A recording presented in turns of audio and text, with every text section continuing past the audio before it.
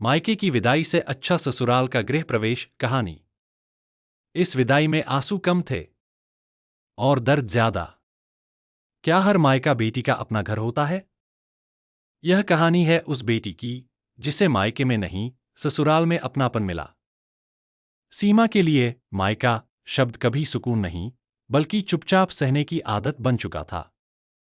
बचपन से ही उसने घर में अपने होने को कम महसूस किया।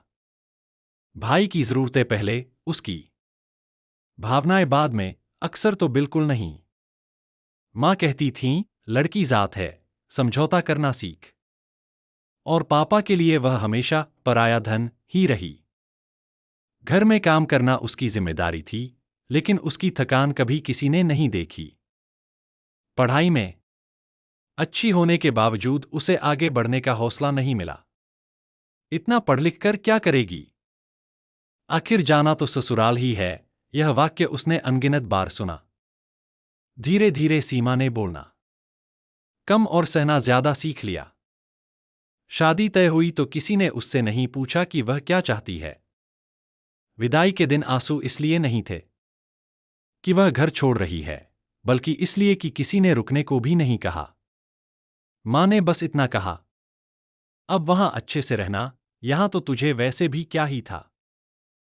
ससुराल पहुंची तो सीमा का मन डर से भरा हुआ था। उसे लगा यहां भी वही होगा, नए ताने, नई चुप्पियां। लेकिन पहली ही सुबह कुछ अलग हुआ। सास ने प्यार से कहा, बेटी आराम कर लो, घर धीरे धीरे सीख लेना। यह वाक्य सीमा ने पहली बार अपने लिए सुना था। यहां उससे काम तो कराया गया, लेकिन जबरदस्ती नहीं। गलती होने पर डांट नहीं, समझाया गया। ससुर हर सुबह उससे हालचाल पूछते, जैसे उसकी मौजूदगी मायने रखती हो। पति ने कभी उसकी बात नहीं टाली। अगर तुम्हें कुछ अच्छा न लगे तो खुलकर कहना, यह भरोसा सीमा के लिए नया था। एक दिन सास ने उसे सिलाई मशीन दिलाई। बोली, तुम्हें सीखने का शौक है, इसे मत दबाओ। उस दिन सीमा की आंखें भर आईं। पहली बार किसी ने उसके सपने देखे थे, वो भी बिना मांगे। समय के साथ सीमा का आत्मविश्वास लौटने लगा। वह हंसने लगी, अपनी राय रखने लगी। त्योहारों पर उससे पूछा जाता, तुम क्या बनाना चाहोगी? यह छोटा सा सवाल उसके लिए बहुत बड़ा सम्मान था। कुछ महीनों बाद जब वह मायके गई, तो सब कुछ वही था, वही लापरवाही, वही बेरुखी।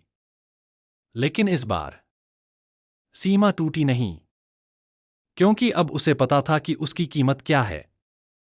लौटकर जब उसने ससुराल के दरवाजे पर कदम रखा, तो उसे एहसास हुआ, घर वह नहीं होता जहां जन्म लिया जाए, घर वह होता है जहां इंसान को इंसान समझा जाए।